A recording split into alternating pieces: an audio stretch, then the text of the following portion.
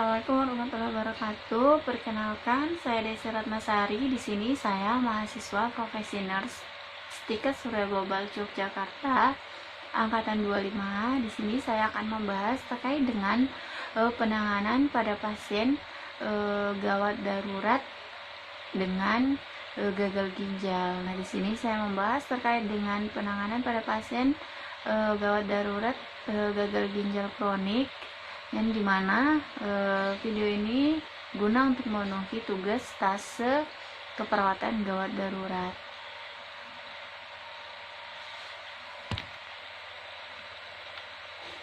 Nah, baik, kita akan membahas terkait dengan penanganan gawat darurat pada pasien gagal ginjal. Nah, sebelumnya kita akan membahas dulu teori terkait dengan gagal ginjal ini. Definisi CKD atau gagal ginjal kronis didefinisikan sebagai kondisi di mana ginjal mengalami penurunan fungsi secara lambat, progresif, irreversibel, dan samar atau insidious. Nah, di mana kemampuan tubuh dalam mempertahankan metabolisme cairan dan keseimbangan elektrolit sehingga terjadi uremia atau azotemia. Itu menurut Smeltzer tahun 2011, yang dimana klarifikasi menurut Suwitra tahun 2015 itu penyakit gagal ginjal kronik dibagi menjadi 4-5 stadium berdasarkan laju filtrasi glomerulus atau LGV-nya, yaitu pada stadium pertama yaitu kelainan ginjal yang ditandai dengan albuminari persistem dan LGF yang masih normal, yaitu lebih dari 90 mili per menit. Kemudian itu pada stadium kedua kelainan ginjal dengan albuminaria persistem dan LGF antara 60-89 mili per menit. Pada stadium 3 yaitu antara 30-59 mili per menit. Kemudian stadium 4 yaitu 15-29 LGF-nya. Kemudian itu pada stase kelima yaitu LGF kurang dari 15. Nah, atau yang disebut dengan gagal ginjal terminal. Sedangkan menurut Suwirta tahun 2015 untuk menilai GFR, Glomerular Filtration Rate atau CTT, Clearance Creatinine Test, dapat digunakan dengan rumus clearance creatinine mili per menit sama dengan 140 dikurangi umur dikali dengan berat badan dalam satuan kilogram dibagi dengan 72 dikali kreatinin serum. Nah, sedangkan pada wanita biasanya dikalikan dengan 0,85. Nah, di sini ada etiologi dan faktor resiko, yaitu hipertensi dan kebiasaan merokok, kemudian itu diabetes dan dislipidemia. Kemudian penyebab CKD pada anak usia kurang dari 5 tahun yaitu kelainan kongenital. Nah, misalnya displasia atau hipoplasia ginjal dan uropati obstruktif. Kemudian pada anak usia lebih dari 5 tahun penyakit ginjal polisiklik dan penyakit glomerulonefritis kronis. Kemudian penyakit ginjal genetik, hipoplasia atau displasia ginjal, penyakit urologi terutama uropati obstruktif dan reflux vericurator yang berhubungan dengan ISK dan parut ginjal. Kemudian ada riwayat menderita sindrom nefrotik atau sindrom nefritis akut. Di sini kita akan membahas terkait dengan manifestasi dari chronic kidney disease atau CKD atau gagal ginjal. Nah, di sini ada dua.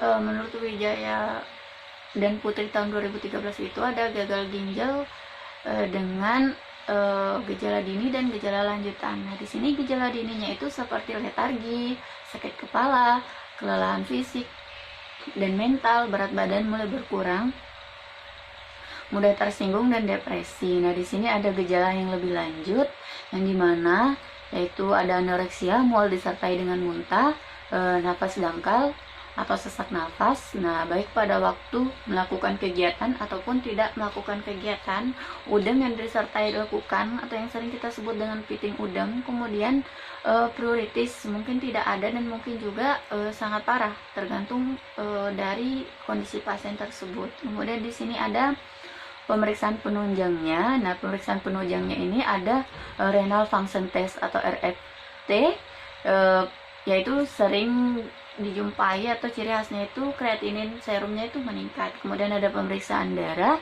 pemeriksaan leukosit, trombositopenia, laju endap darah. Nah, ini biasanya meninggi yang diperberat oleh adanya anemia normositer, normokrom, dan jumlah retikulosit yang rendah dan hipoalbuminemia.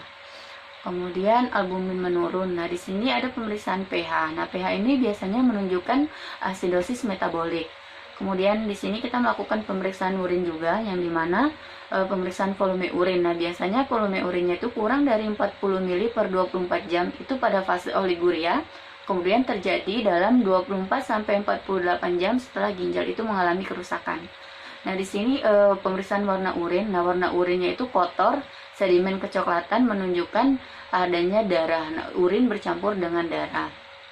Kemudian berat jenis urin yang dimana kurang dari 0,15 menunjukkan penyakit ginjal. Nah, contohnya glomerulonefritis, pyelonefritis dengan kehilangan kemampuan dari kepekatannya juga terdapat lebih dari 1,015. Nah, menunjukkan kerusakan ginjal yang berat. Kemudian di sini ada pemeriksaan protein urin atau proteinuria, derajatnya itu plus 3 sampai dengan plus 4. Nah, itu sangat menunjukkan kerusakan pada glomerulus. Nah, bila sel darah merah dan sel darah merah bertambah juga ada. Nah, protein dengan derajat rendah atau kisaran plus 1 dan plus 2 itu dapat menunjukkan infeksi dari nefritis interstisial. Nah, kemudian di sini ada pemeriksaan USG.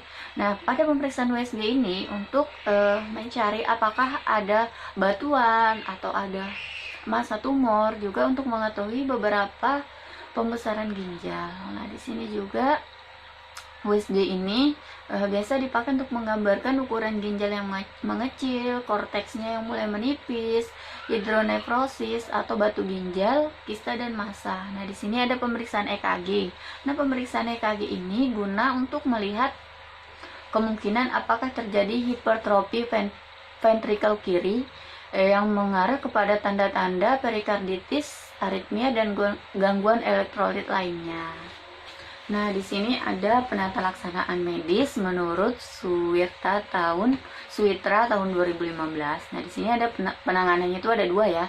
Penanganannya seperti transplantasi dan cuci darah. Nah, penanganan pengobatan penyakit gagal ginjal ini yang pertama itu transplantasi ginjal. Nah, transplantasi ginjal ini adalah suatu metode yang digunakan atau terapi yang digunakan dengan cara pencakokan sebuah ginjal yang sehat.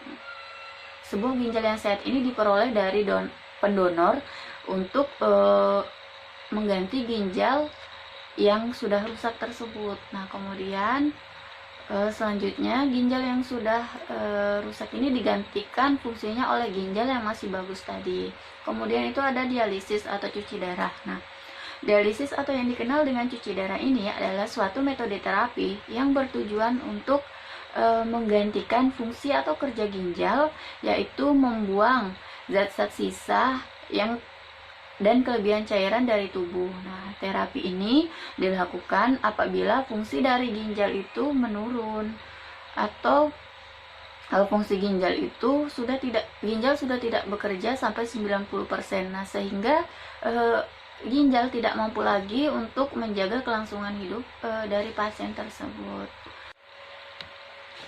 Nah, di sini ada penata laksanaan keperawatannya, yaitu ketika pasien datang kita langsung melakukan pengkajian, yaitu ada primary survey dan secondary survey, yang dimana di primary survey ini kita akan mengkaji 5 aspek. Yang pertama itu RW-nya itu dan chest pain immobilization. Kemudian nanti kita akan langsung memantau kondisi jalan napasnya, bisa dengan head chin lip atau jaw thrust. Kemudian jika ada benda padat atau benda asing pada area jalan napas pasien, kita bisa langsung melakukan cross pinjer dan pinjer swab. Kemudian itu apakah pasiennya terpasang ECT atau tidak, kemudian itu apakah ada obstruksi atau tidak. Ketika ada, kita langsung memberikan penata laksanaan sesuai dengan permasalahan yang kita dapatkan, seperti itu. Kemudian itu kita lanjut pemeriksaan ke breathingnya, ke pernapasan. Nah, apakah pasiennya bernapas spontan atau tidak, kita kaji jumlah respirasi atau pernapasannya berapa kali per menit. Kemudian kita bisa memantau pola napasnya, apakah dia dyspnea, Kussmaul, Cheyne-Stokes, Kussmaul. Kemudian itu kita bisa mengkaji circulationnya. Di sini kita meraba nadi karotisnya apakah teraba atau tidak. Kemudian kita bisa meraba nadi perifernya apakah kuat atau lemah. Kemudian itu kita bisa melakukan pemeriksaan tekanan darah, pemeriksaan nadi. Kemudian kita melihat apakah ada perdarahan atau tidak, ada nyeri dada atau tidak. Kemudian kita bisa melakukan atau memegang pasien apakah akralnya hangat atau tidak. Di sini kita bisa mengkaji disability-nya dari tingkat kesadarannya, apakah pasien sadar atau tidak, kompos mentis, apatis, dan lainnya. Kemudian kita menilai tingkat BCS-nya, terus kita menilai reaksi pupilnya, apakah isokor atau anisokor. Kemudian kita bisa menilai exposure, apakah ada jejas atau tidak. Kemudian kita bisa melakukan secondary survey. Nah, secondary survey ini yang dimana pemeriksaan lanjutan setelah dilakukannya primary survey, seperti kita bisa mengkaji alasan masuk, terus keluhannya. Kemudian kita bisa mengkaji alergi, riwayat kesehatan keluarga, penyakit yang pernah diderita oleh anggota keluarga, kemudian genogram, pemeriksaan fisik, dan lain sebagainya. Nah, di sini ada beberapa permasalahan keperawatan yang biasanya kita jumpai pada pasien dengan gagal ginjal kronik ini ya. Yang biasanya itu pola nafas tidak efektif, gangguan pertukaran gas, kelebihan volume cairan. Nah, pada saat pertama kali pasien datang ke IGD, kita sudah melakukan triase. Kemudian itu kita langsung melakukan primary survey. Nah, di setiap pemeriksaan primary survey ini yang itu ada airway, breathing, circulation, kemudian itu disability dan exposure. Nah, misalnya pada airway-nya kita mendapat permasalahan. Nah, di situ kita langsung memberikan penanganan. Kemudian itu pada breathing, pasien dengan gagal ginjal ini kan biasanya pola nafas tidak efektif, kemudian gangguan pertukaran gas. Nah, di breathingnya kita pantau jumlah respirasinya berapa kali per menit, suara napasnya apa. Kemudian itu kita bisa langsung memberikan penanganan atau memberikan penata laksanaan di situ, misalnya seperti memberikan oksigen. Kemudian itu kita bisa memposisikan pasien seperti itu untuk mengurangi sesak napasnya seperti itu ya. Jadi beberapa permasalahan yang kita temui pada pasien gagal ginjal kronik di instalasi gawat darurat itu harus segera kita berikan penanganan atau penata laksanaan sesuai dengan permasalahan yang kita dapatkan. Itu tadi pembahasan terkait dengan penanganan gawat darurat pada pasien dengan gagal ginjal kronik. Lebih dan kurangnya saya mohon maaf. Wabillahi taufiq wal hidayah. Wassalamualaikum warahmatullahi wabarakatuh.